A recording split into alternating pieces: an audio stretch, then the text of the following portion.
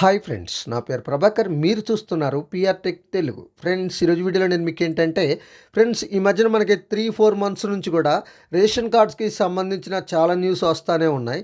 So దాంట్లో వీటన్నిటిలో ఏంటంటే రేషన్ కార్డు 1 మంత్లో ఇస్తారు, 2 మంత్స్లో ఇస్తారు, సో తర్వాత 3 మంత్స్ పట్టిద్ది, సో దానికి ఇది కావాలి అది కావాలని చాలా వీడియోస్ వచ్చాయి. సో ఈ వీడియోలో మీకు నేను ఏంటంటే అసలు కంప్లీట్గా రేషన్ కార్డ్ అనేది ఇప్పట్లో ఇస్తారా ఇవ్వరా అనేది కూడా మీకు ఈ వీడియోలో ఎక్స్ప్లెయిన్ చేస్తాను. దానికంటే ముందు ఫస్ట్ టైం మీరు మన ఛానల్ చూస్తున్నట్టయితే మన ఛానల్ని సబ్స్క్రైబ్ చేసుకోండి. మీరు మన ఛానల్ని సబ్స్క్రైబ్ చేయడం ద్వారా ఎప్పటికప్పుడు మనం పెట్టే కొత్త వీడియోస్ అన్నీ అందరికంటే ముందు మీరు నోటిఫికేషన్ రూపంలో పొందగలుగుతారు.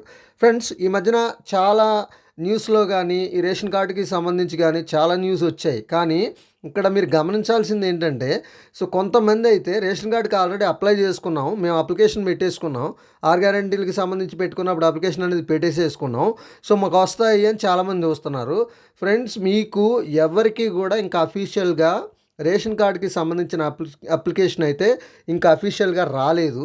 సో ఖచ్చితంగా దానికి సంబంధించి గవర్నమెంట్ అనేది రేషన్ కార్డులు ఇస్తాం అని ఖచ్చితంగా ఒక రిలీజ్ అయితే చేయలేదు, ఒక న్యూస్ అయితే రిలీజ్ చేయలేదు. కాకపోతే 6 గ్యారంటీల్లో చాలామంది పనిలో పనిగా ఈ రేషన్ కార్డు కూడా ఒక రిక్వెస్ట్ అనేది పెట్టుకుంటే బాగుంటుంది అనే ఉద్దేశంతో పెట్టుకున్నారు.